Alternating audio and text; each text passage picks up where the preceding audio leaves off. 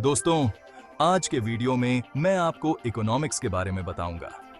ये एक basic video है, लेकिन पूरे डिटेल में है और चाहे कोई भी स्तर का विद्यार्थी हो, स्टूडेंट हो या किसी भी एग्जाम की तैयारी कर रहा हो, अगर वह इकोनॉमिक्स को अच्छे से समझना चाहता है, तो ये वीडियो उसके लिए एक बेसिक बैकग्राउंड तैयार करेगा। तो चलिए, सबसे पहले देखें कि इकोनॉमिक्स की डेफिनेशन क्या हो सकती है। देखिए, ऐसा है, किसी भी सब्जेक्ट की डेफिनेशन देना हमेशा एक टफ काम होता है। आप चाहे मनोविज्ञान का, दर्शन शास्त्र का या इकोनॉमिक्स का स्टडी कर रहे हों और आपसे पूछा जाए इसकी परिभाषा क्या है, तो उसमें हमेशा मतभेद होता है, मुश्किल होती है। अब अगर बात करें इकोनॉमिक्स की, तो अलग-अलग इकोनॉमिस्ट्स का हमेशा से अलग-अलग मत रहा है। इसका कारण क्या हो सकता है? पहले इस पर विचार करते हैं, फिर हम डिस्कस करेंगे कि इकोनॉमिक्स की डेफिनेशन क्या सही है। देखिए, अगर कोई सब्जेक्ट ऐसा है जिसमें समय के साथ साथ विकास हो रहा है, जिसमें कुछ नए नए टॉपिक जुड़ रहे हैं, तो वो विषय डायनामिक हो जाता है।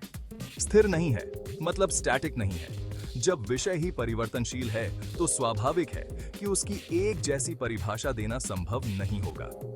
हर काल में कुछ नया जुड़ जाता है, तो समझा कि किसी विषय की परिभाषा क्यों परिवर्तनशील होती है और क्यों इसमें विवाद होता है। विवाद का एक मुख्य कारण यह है कि सब्जेक्ट मैटर एडवांस्ड हो जाता है, उसमें नए टॉपिक जुड़ जाते हैं या कभी-कभी उसे नैरो डाउन कर दिया जाता है ताकि उसका अध्ययन और गहराई से किया जा सके। इस तरीके से कोई भी विज्ञान है, उसकी परिभाषा के बारे में हमेशा मतभेद होते हैं।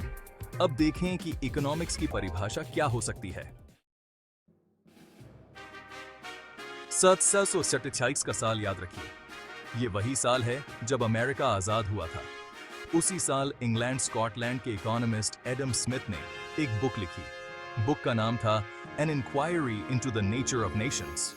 हिंदी में कहें तो राष्ट्रों की संपत्ति की प्रकृति की जांच।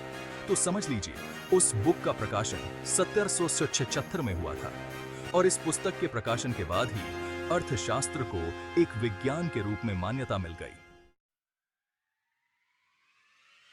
मेरा मतलब यह नहीं है कि अर्थशास्त्र पहले था ही नहीं।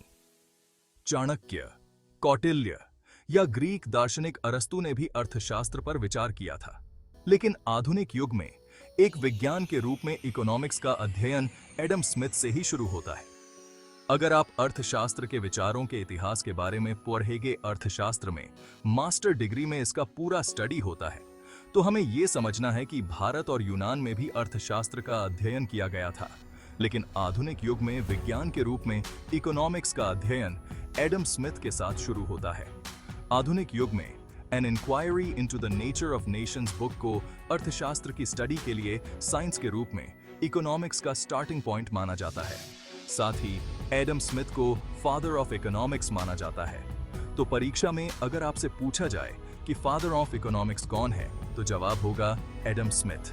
फादर ऑफ इकोनॉमिक्स का मतलब यह नहीं है एडम स्मिथ के बाद से इकोनॉमिक्स का जन्म हुआ, ऐसा नहीं है।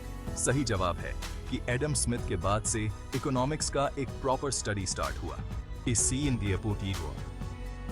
इकोनॉमिक्स एक विज्ञान के रूप में पहचाना जाने लगा। विज्ञान क्या होता है, इसके बारे में हम चर्चा आगे कभी करेंगे। अगर आप देखेंगे इकोनॉमिक्स की डिग्री की, तो बीए इकोनॉमिक्स की डिग्री मिलती है और बीएससी इकोनॉमिक्स की डिग्री भी मिलती है।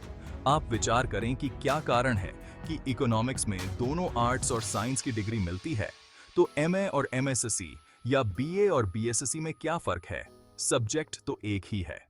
क्या कारण है कि किसी को बीए की डिग्री मिल रही और किसी को बीएससी की डिग्री मिल रही है? चलिए, थोड़ा सा टॉपिक अलग हो जाएगा। पहले फोकस करते हैं कि इकोनॉमिक्स की परिभाषा क्या हो सकती है। तो इकोनॉमिक्स के आधुनिक विज्ञान के रूप में जन्म को हमने देख लिया। कैसे 1776 में एडम स्मिथ के बाद इकोनॉमिक्स विज्ञान के रूप में जाना जाने लगा, लेकिन शुरू से इकोनॉमिक्स को इसी नाम से नहीं पुकारा जाता था। लंबे काल तक इसको पॉलिटिकल इकोनॉमी कहा जाता रहा है। एडम स्मिथ के जमाने से लेकर एक लंबे काल तक इसको इकोनॉमिक्स नहीं बोला जाता रहा, उसको पॉलिटिकल इकोनॉमी बोला जाता था। यह क्लासिकल इकोनॉमिक्स का युग कहलाता है।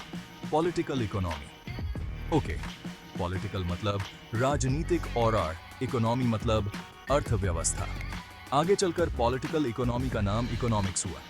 पॉलिटिकल इकोनॉमी नाम के पीछे एक वैलिड रीजन था, न्याय संगत बात थी। पॉलिटिकल इकोनॉमी नाम के पीछे अर्थव्यवस्था और राजनीति का आपस में गहरा जोड़ है। पहले राजतंत्र था, जो राजा होते थे वो हमेशा यह चाहते थे कि अपने राज्य व्यवस्था को इस तरीके से सुचारू करे कि राज्य की संपत्ति बढ़े। उस जमाने में ब्रिटेन और फ्रांस में प्रतिद्वंदता थी। एडम स्मिथ ने जो बुक लिखा, ध्यान से सुनिए, उसका नाम an inquiry into the nature of wealth of nations था। शॉर्ट में वेल्थ ऑफ नेशन, राष्ट्रों की संपत्ति। उसका कारण क्या है? क्यों किसी राष्ट्र की संपत्ति ज्यादा है, क्यों किसी की कम है? क्यों फ्रांस की ज्यादा है, ब्रिटेन की कम है या किसी और की कम है? यूरोपीय देशों में इस तरह की व्यापारिक प्रतिद्वंदता थी। वह मर्सेंटाइल युग था। एडम स्मिथ ने फ्रांस का भी सैर किया था, विजिट किया था। इंग्लैंड, स्कॉटलैंड भी रहा और भी कई देशों में उसने भ्रमण किया। उसने भ्रमण के बाद अपने अनुभव के आधार पर तो पूरा एक अपने देश की संपत्ति बढ़ाने के उपाय के लिए ग्रंथ भी लिख दिया। तो मैं ये कहना चाहता हूँ कि पॉलिटिकल इकोनॉमी बताता है कि पॉलिटिक्स और इकोनॉमी को अलग या सेपरेट नहीं देखना चाहिए। शुरू में पॉलिटिक्स और इकोनॉमी दोनों को मिलाकर सारी बातें होती थी, लेकिन इसका आज एक बिल्कुल सेपरेट स्टडी होता है। आज इकोनॉमिक्स एक अलग विषय है और राजनीति अलग कि बाव को अंठारा दिया है। अब तो यहां तक इकोनॉमिक्स के कई सारे ब्रांच बन चुके हैं। Micro economics, macro economics. College में जाते हैं तो आपको international economics, history of economic thought, welfare economics, mathematical economics इत्यादि पढ़ते हैं। इकोनॉमिक्स साइकोलॉजी से भी कनेक्टेड है, तो इस तरीके से इकोनॉमिक्स के कई सारे ब्रांचेस हैं। वेलफेयर इकोनॉमिक्स, ठीक है, तो इकोनॉमिक्स के कई ब्रांच हैं। विज्ञान के विकास होने पर ब्रांच होना स्वाभाविक है, नेचुरल है। लेकिन हम टॉपिक पर फिर वापस आते हैं। इकोनॉमिक्स की परिभाषा क्या हो? सन्नी न की वो सा, इस पर देखते हैं। ठीक है, तो वेल्थ ऑफ नेशन की बात किया। एडम स्मिथ की इकोनॉमिक्स की सबसे पुरानी परिभाषा मानी जाती है। एडम स्मिथ की परिभाषा जो है वह धन पर फोकस करता है। वेल्थ क्या है? कैसे किसी देश की संपत्ति को कैसे बढ़ाया जाए। वेल्थ धन का भी क्या मीनिंग हो सकता, उसे आगे देखेंगे। लेकिन शुरुआती परिभाषा इकोनॉमिक्स की डेफिनेशन ये है कि economics is science of wealth. इसको वेल्थ डेफिनेशन कहते हैं। एडम स्मिथ के बाद धन के अध्ययन को अर्थशास्त्र की परिभाषा का केंद्र बिंदु बनाया गया। अर्थशास्त्र के विचारधारा का एक सिस्टम विकसित हुआ जो धन की प्रकृति और धन के ग्रोथ मतलब विकास के बारे में अध्ययन पर बल देता है। आगे देखेंगे कि इस परिभाषा का खंडन डॉ ऑल्फ्रेड मार्शल ने किया, जो कैम्ब्रिज यूनिवर्सिटी में इकोनॉमिक्स के प्रोफेसर थे।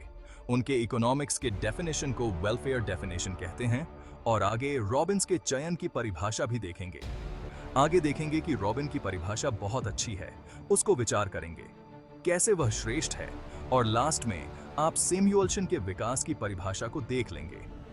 सैमुअलसन की परिभाषा रॉबिन्स की परिभाषा में समय तत्व को मिलाकर विकसित किया गया है।